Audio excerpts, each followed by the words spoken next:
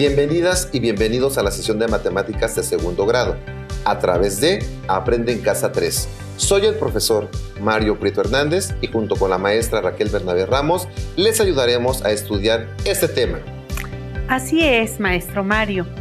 El desarrollo del razonamiento proporcional consolida el conocimiento sobre las fracciones, los decimales y las razones. Es por ello que el propósito de esta sesión es que comprendamos las características de la variación proporcional directa.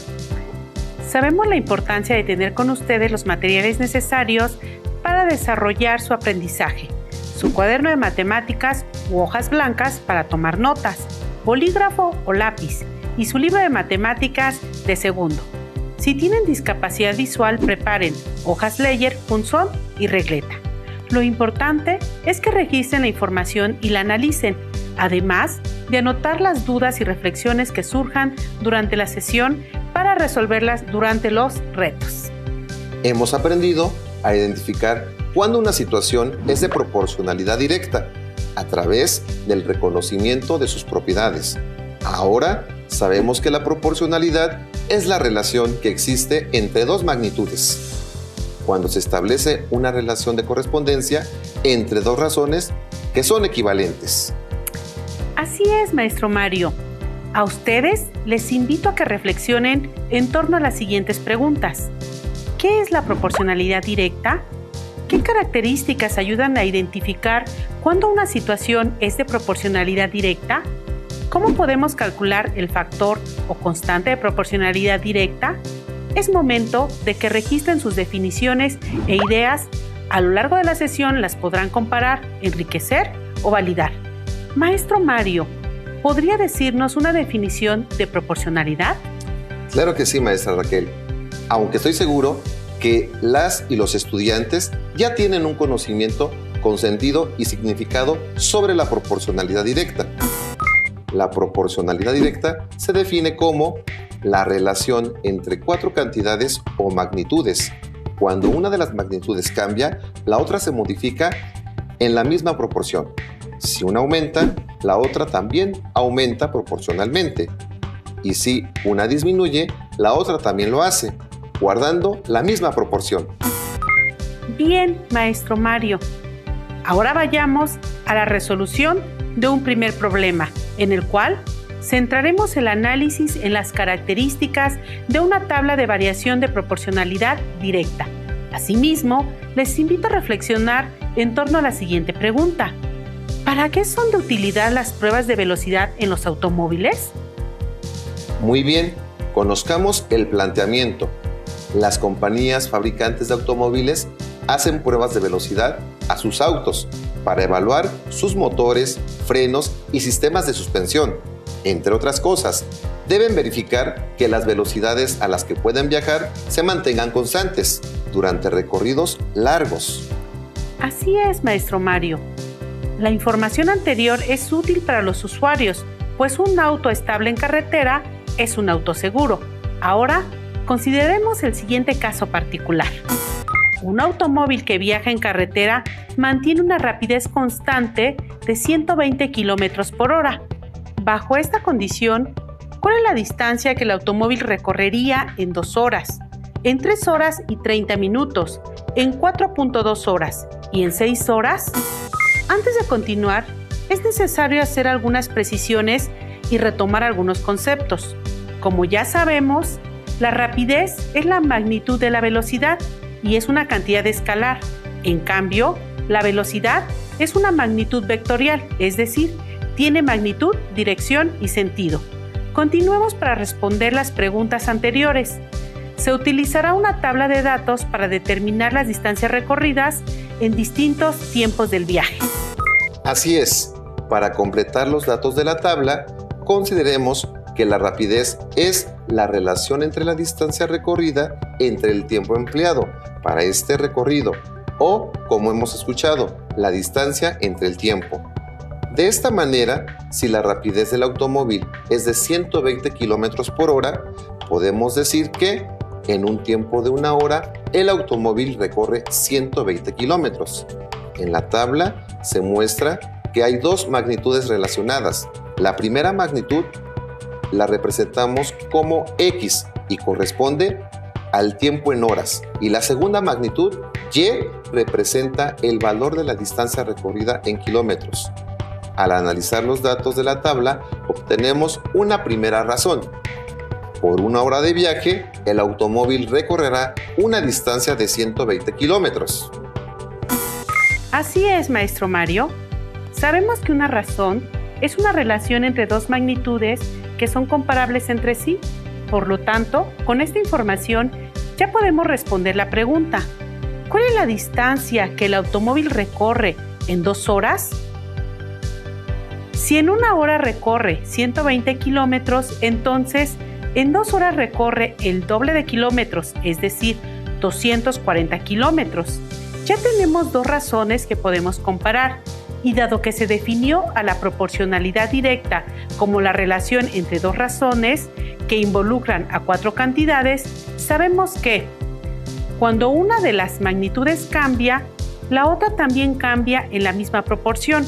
En este caso particular, ambas magnitudes aumentaron al doble. Así es. Hemos identificado que se ha duplicado tanto el valor del tiempo como el valor de la distancia recorrida en el automóvil. Entonces, para responder cuántos kilómetros recorrió el automóvil en 3 horas y 30 minutos, ¿qué podemos hacer? Sabemos que en 1 hora recorre 120 kilómetros, en 2 horas recorre 240 kilómetros, en 3 horas recorre 360 kilómetros, en 4 horas recorre 480 kilómetros. La distancia recorrida en 3 horas y 30 minutos estará a la mitad, entre 360 y 480 kilómetros. ¿Nos sentamos, maestra? Muchas gracias, maestro Mario. Para responder la pregunta, necesitamos la constante de proporcionalidad. Sabemos que, al dividir cada número de la segunda magnitud Y entre su correspondiente en la primera magnitud X, siempre se obtiene el mismo número. Es decir, los cocientes son constantes. El factor o constante de proporcionalidad directa se representa convencionalmente con la letra K y se calcula dividiendo el valor de la segunda magnitud Y entre el valor correspondiente de la primera magnitud X. X representa el valor de la primera magnitud y se puede calcular dividiendo el valor de la segunda magnitud Y entre el valor de la constante de proporcionalidad directa K. Y representa el valor de la segunda magnitud y se puede calcular multiplicando el valor del factor o constante de proporcionalidad directa K por el valor de la primera magnitud X. Ahora, retomando el planteamiento, sabemos que la primera razón indica la cantidad de kilómetros recorridos en 1 hora. Eso también se conoce como el valor unitario o constante de proporcionalidad K, que es igual a 120 kilómetros por hora, ya que es el valor constante por el cual se deben multiplicar los siguientes valores del tiempo para obtener su correspondiente valor de kilómetros recorridos. Así es, maestra. En la tabla o registro tabular, para determinar los valores en Y, se multiplica su correspondiente valor de X por K, que en este caso es de 120 kilómetros por hora. Para saber cuántos kilómetros recorrió el automóvil en 3 horas y 30 minutos, consideremos X es igual a 3 enteros, 1 medio o su equivalente como un número decimal, 3.5. Llevamos a cabo el producto 120 por 3.5, encontrando que Y es igual a 420 kilómetros. Antes de operar con números decimales y sin aplicar el factor o constante de proporcionalidad, establecimos un rango donde se ubica la respuesta correcta, es decir, la distancia recorrida en 3 horas y 30 minutos está a la mitad, entre 360 y 480 kilómetros. Ahora sabemos que el automóvil en 3.5 horas recorrería 420 kilómetros a rapidez constante. Continuemos, maestro Mario. Entonces, para saber cuántos kilómetros recorrería el automóvil en 4.2 horas, sabiendo que se mueve con una rapidez constante de 120 kilómetros por hora, Multiplicamos 120 por 4.2, obteniendo el valor de Y, igual a 504 kilómetros. El automóvil en 4.2 horas recorrería 504 kilómetros. Y para completar la tabla de datos, se multiplica la constante de proporcionalidad directa K, igual a 120 kilómetros por hora, por el valor de la primera magnitud X, igual a 6 horas, obteniendo el valor de Y, igual a 720 kilómetros. De esta manera sabemos que el automóvil en 6 horas recorrería 720 kilómetros. Otro argumento que permite corroborar que el problema es de proporcionalidad directa es el siguiente. Si dividimos la segunda magnitud Y entre la primera magnitud X, en cada una de las razones, el resultado del cociente es el mismo. K igual a 120 kilómetros por hora. Así es, maestro Mario. Ahora analicemos un segundo planteamiento. Para pintar una barda, Juan Carlos mezcló 8 litros de pintura amarilla con 18 litros de pintura azul, pero esta cantidad de mezcla no le alcanzó para pintar toda la barda. Si dispone de 3 litros de pintura amarilla, ¿cuántos litros de pintura azul necesita agregar para preparar más mezcla del mismo tono? Les invito a que analicen los datos del planteamiento e identifiquen cómo están relacionados entre sí. Escriban cómo pueden responder a la pregunta planteada. Ahora, consideren la explicación del maestro Mario.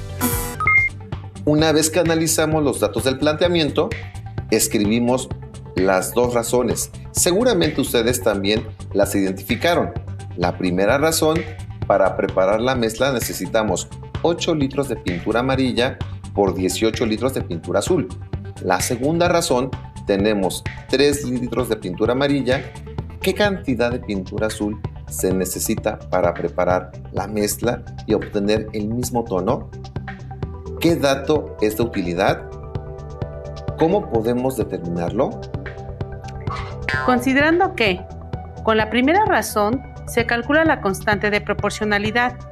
K se obtiene al dividir el valor de la segunda magnitud entre el valor de la primera magnitud, sustituyendo en la fórmula K es igual a 18 entre 8, cuyo cociente es 2.25. Sabemos que la segunda magnitud, Y, es igual a K por el valor de la primera magnitud, X. Se sustituyen los valores, Y es igual a 2.25 por 3. Por lo tanto, el valor de Y es igual a 6.75. Ahora sabemos que Juan Carlos necesita 6.75 litros de pintura azul para obtener la mezcla de pintura del mismo tono. Así es, maestro Mario. Revisemos un tercer planteamiento. Una cancha reglamentaria de básquetbol tiene forma de un rectángulo con las siguientes dimensiones. De largo debe medir entre 22.5 y 28.6 metros y de ancho debe medir entre 12.8 y 15.2 metros. En este planteamiento usaremos como medida de largo 22 metros, aunque quede medio metro por debajo de la medida reglamentaria, y de ancho 13 metros. Ahora veamos un dibujo a escala de la cancha de básquetbol. ¿Las medidas del dibujo son proporcionales a las medidas reales de la cancha? ¿Cuáles son las medidas reales del diámetro central de la cancha y del radio del semicírculo que se ha trazado en el dibujo a escala? Observen y analicen las medidas. Usaremos una tabla para verificar los datos faltantes y determinar si las medidas del dibujo y las reales son o no proporcionales. En la tabla podemos identificar dos magnitudes. La primera magnitud, X, representa la medida del dibujo en centímetros y la segunda magnitud representa la medida de la cancha en centímetros. Si se dan cuenta, la tabla tiene ciertos espacios vacíos que representan los valores faltantes.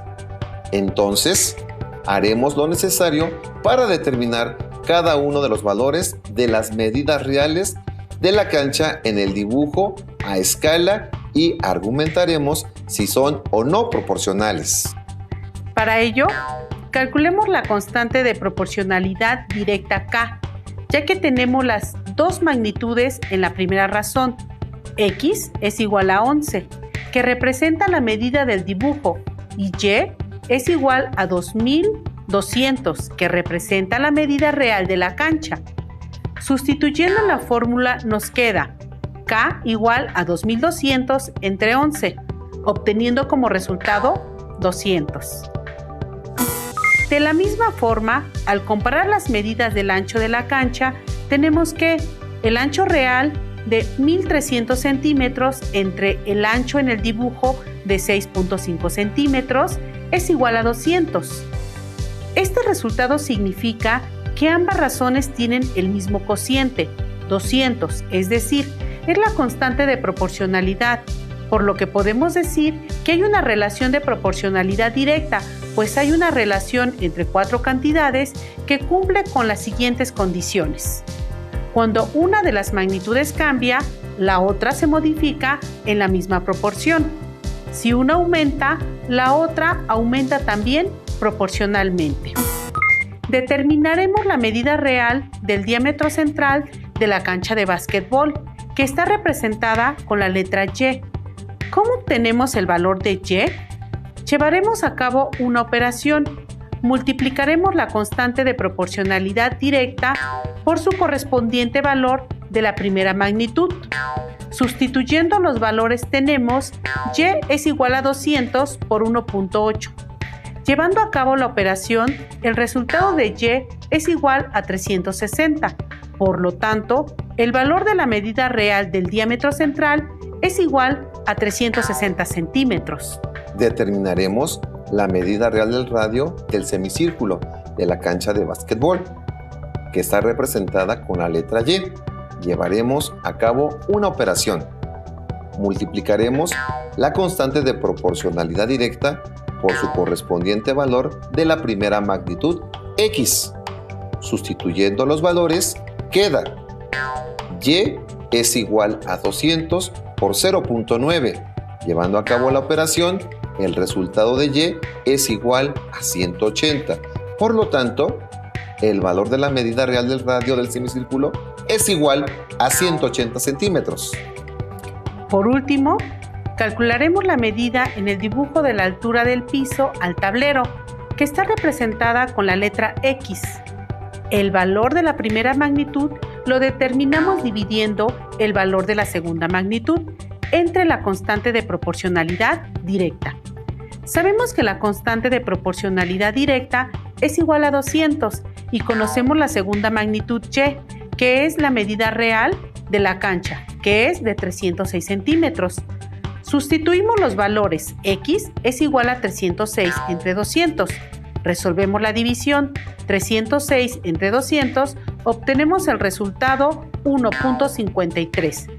Por lo tanto, el valor de la medida en el dibujo de la altura del piso al tablero es igual a 1.53 centímetros.